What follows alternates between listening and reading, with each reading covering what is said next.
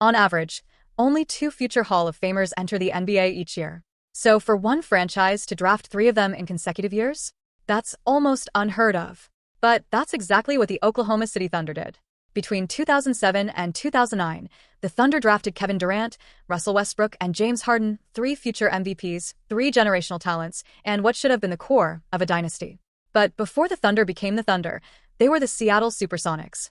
In 2008, the team was relocated to Oklahoma City. Along with the team name and a new city, OKC also inherited a rising star, Kevin Durant, who had just won Rookie of the Year. With the 4th pick in the 2008 draft, they selected an explosive guard out of UCLA, Russell Westbrook. The following season, they added James Harden with the 3rd pick. Along the way, they also picked up defensive anchor Serge Ibaka. Suddenly, OKC had the most athletic, promising young core in the league. But raw talent alone wasn't enough. At least not yet. In 2009-10, the Thunder finished with 50 wins. Durant won his first scoring title, averaging 30 points per game, and finished second in MVP voting behind LeBron James. Still, they were bounced in the first round by the eventual champions, the Lakers. The next year, they kept improving. KD won another scoring title. Russ became an all-star. Harden was rising off the bench. Ibaka was blocking everything. Mid-season, OKC made a trade for Kendrick Perkins, a gritty, elite post defender from Boston. The message was clear. They were gearing up to contend. In the 2011 playoffs, they beat Denver and Memphis before falling to Dirk Nowitzki's Mavericks, who were on a mission of their own. That playoff experience became the fuel they needed. By 2012, the Thunder were no longer a cute young team with potential. They were monsters. Durant, Westbrook, Harden, and Ibaka were all having career years. KD was second in MVP voting again. Russ was putting up 23 a night. Ibaka led the league in blocks, and Harden, coming off the bench, won 6th Man of the Year with career-high shooting numbers. That year, they blew through the playoffs, sweeping the Mavericks, stomping the Lakers, and outlasting the Spurs. They had made it to the NBA Finals, young, hungry, and seemingly unstoppable. Game 1 against the Miami Heat? Thunder win.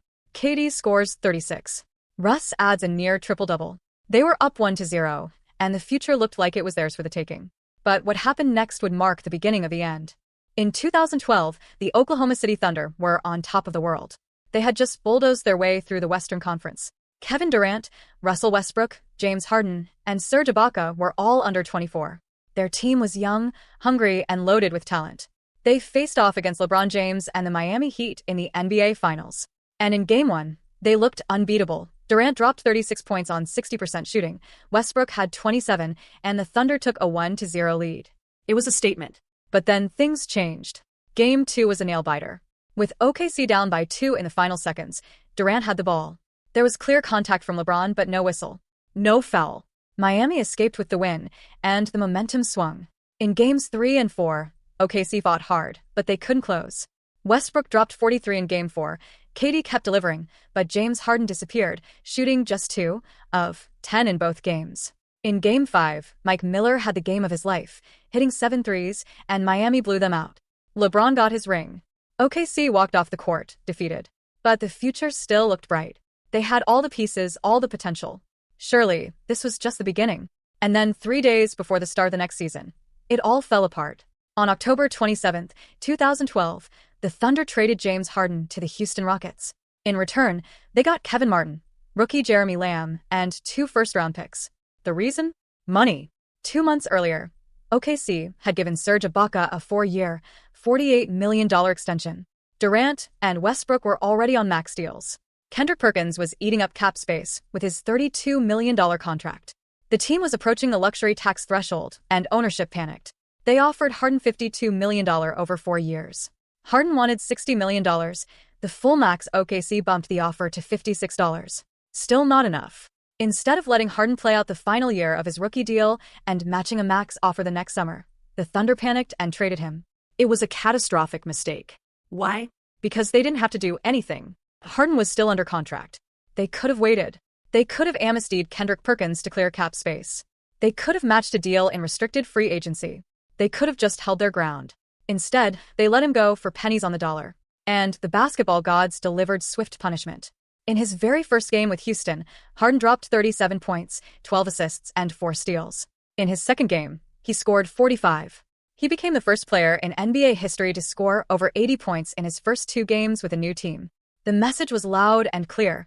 OKC had just given away a future MVP. And it wasn't just about Harden's numbers, it was about what he could have been on that team.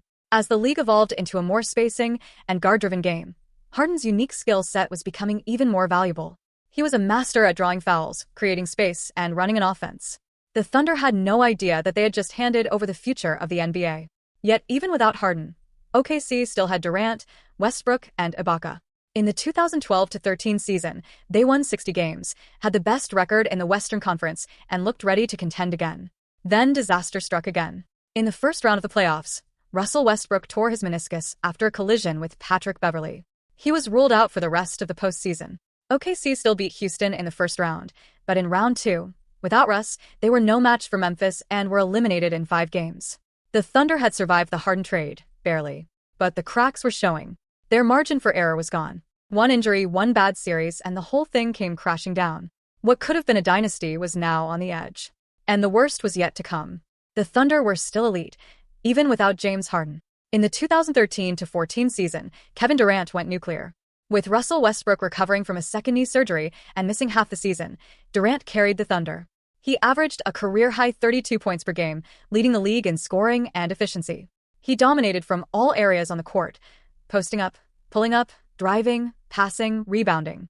That season, KD finally broke through the MVP wall, beating out LeBron James after finishing second 3 times.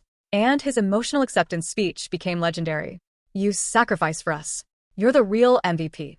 With Westbrook back in time for the playoffs, OKC was once again a dangerous contender.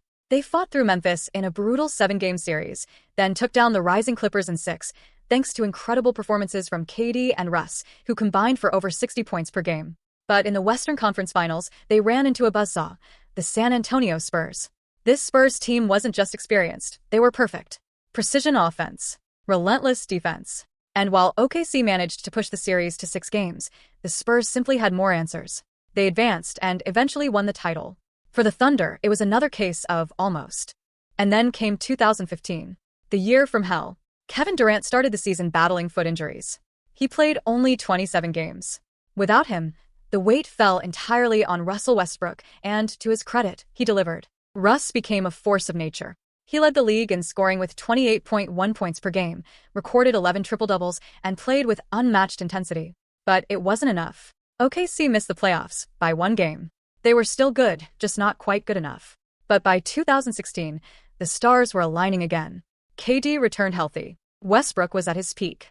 Serge Ibaka was joined by 2 new frontcourt pieces, Steven Adams, a defensive enforcer, and Enes Kanter, a scoring machine off the bench who finished 3rd in 6th Man of the Year voting.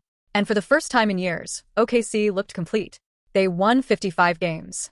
Durant and Westbrook were both in the MVP conversation. And they tore through the playoffs, beating Dallas in 5, and then dethroning the 67-win San Antonio Spurs in 6. In the Western Conference Finals, they faced the most dominant regular season team in NBA history, the 73-9 Golden State Warriors.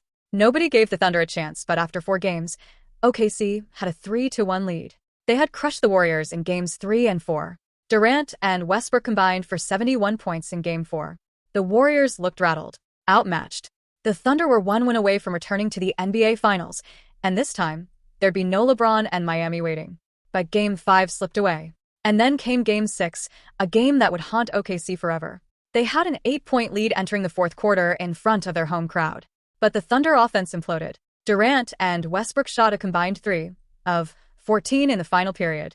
The entire team had 0 assists in the quarter. And on the other side, Klay Thompson caught fire, scoring 19 points in the 4th and finishing with 41 total, including an NBA record 11 threes in a playoff game.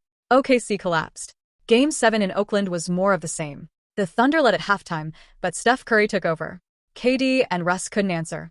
And the Warriors completed the comeback, becoming just the 10th team in NBA history to overcome a 3-1 deficit. It was a basketball tragedy. But what happened next was a betrayal. Just weeks later, Kevin Durant announced he was leaving the Thunder to sign with the Golden State Warriors. Yes, the team that had just eliminated him. The team that already had 3 All-Stars, the reigning MVP, and the best record in NBA history. Durant was labeled a traitor, a coward, a cupcake. The basketball world exploded with outrage. Even legends like Charles Barkley and Stephen A. Smith called it the weakest move by a superstar in league history. But for KD, the decision was simple. He wanted to win, to grow, to play in a system that wasn't isolation-heavy and reliant on hero ball. In Golden State, he saw movement, unselfishness, spacing, everything the Thunder had lacked for years. In hindsight, it's hard to blame him. From 2010 to 2016, the Thunder were never truly a system-driven team. They had all the talent in the world, but no real offensive identity. Under Scott Brooks and even Billy Donovan, they relied heavily on isolation, Durant, Westbrook, or Harden taking turns. When it worked, it was unstoppable. But against smarter, better-coached teams with equal star power, it broke down. So KD left. And just like that, the dream was over. The Thunder, once the most promising young team in NBA history, were now down to just one man, Russell Westbrook. After Kevin Durant's shocking departure in the summer of 2016, the Thunder were in shambles. The Big Three was no more. James Harden was long gone. Durant had joined the enemy. And all that was left was Russell Westbrook, hurt, betrayed, but still hungry. And then something incredible happened. In the 2016-17 season, Westbrook turned rage into history. With the NBA world doubting him, Russ unleashed the most furious, relentless, and emotional season we've ever seen. He averaged a triple-double for the entire year, 31.6 points, 10.7 rebounds, and 10.4 assists, becoming the first player to do so since Oscar Robertson in the 1960s. He had 42 triple-doubles, broke records, hit game winners, and dragged a flawed Thunder team to 47 wins and the playoffs. And he did it with fire in his eyes. Every dunk was vengeance. Every rebound was defiance. And when he won MVP, the world saw a one-man army willing to carry the weight of an entire franchise on his back. But deep down, even Westbrook knew he couldn't do it alone. In the summer of 2017, OKC tried to rebuild a new Big Three. They traded for Paul George, a two-way all-star still in his prime. Then came Carmelo Anthony, a scoring machine from New York. On paper, the Thunder were back. But basketball isn't played on paper. Melo never fit. PG had shoulder issues. The team lacked chemistry, spacing, and rhythm. Westbrook's ball dominance clashed with their talents. And once again, OKC was bounced in the first round of the playoffs, this time by Donovan Mitchell's Utah Jazz. The next year, 2018-19, Carmelo was gone. Paul George had an MVP-caliber season, finishing third in voting. Jeremy Grant and Dennis Schroeder emerged as valuable role players. The team was deeper, more athletic, and more balanced. But the result? Another first-round exit, this time at the hands of Damian Lillard and the Portland Trail Blazers. And it wasn't just a loss, it was a funeral. With the game tied and the series on the line, Lillard hit one of the most cold-blooded shots in NBA history, a 40-foot buzzer beater over Paul George. He waved goodbye as the Thunder walked off the floor stunned, silenced, and broken. That was the final straw. In 2019, Paul George requested a trade to join Kawhi Leonard in Los Angeles. Sam Presti, OKC's longtime GM, agreed. George was gone. And with no more All-Stars beside him, Russell Westbrook was traded to Houston, to reunite with Harden. Just like that, the last member of the original Thunder core was gone. OKC was now officially in rebuild mode. For the next couple of seasons, the Thunder became the home of draft picks and potential. They flipped Paul George for a mountain of picks and rising star Shai Gilgeous-Alexander. Chris Paul came for a year and surprisingly led OKC to the playoffs again in 2020, pushing the Rockets to 7 games before bowing out. But even that was temporary. Chris Paul was moved. Veterans were traded. The Thunder had accepted their fate. It was time to build from scratch. Yet in the midst of all this, one question echoed louder than any crowd chant or highlight reel dunk. What if they had just paid James Harden? That one decision changed everything. If OKC had just agreed to give Harden the full max, an extra $4 million, they could have kept him until 2017. They could have had all 3 MVPs, in their prime, locked into the same roster.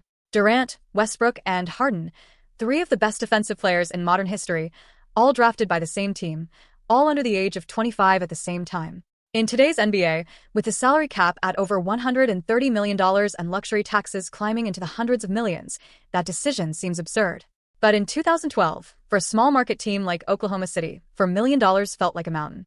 That one choice, to trade Harden rather than invest in greatness, set off a chain of heartbreaks, missed opportunities, and near misses. KD left. Harden became a superstar elsewhere. Westbrook gave them everything but came up short. And a team that should have won multiple titles walked away with 0. In the end, the Thunder didn't fail because they lacked talent.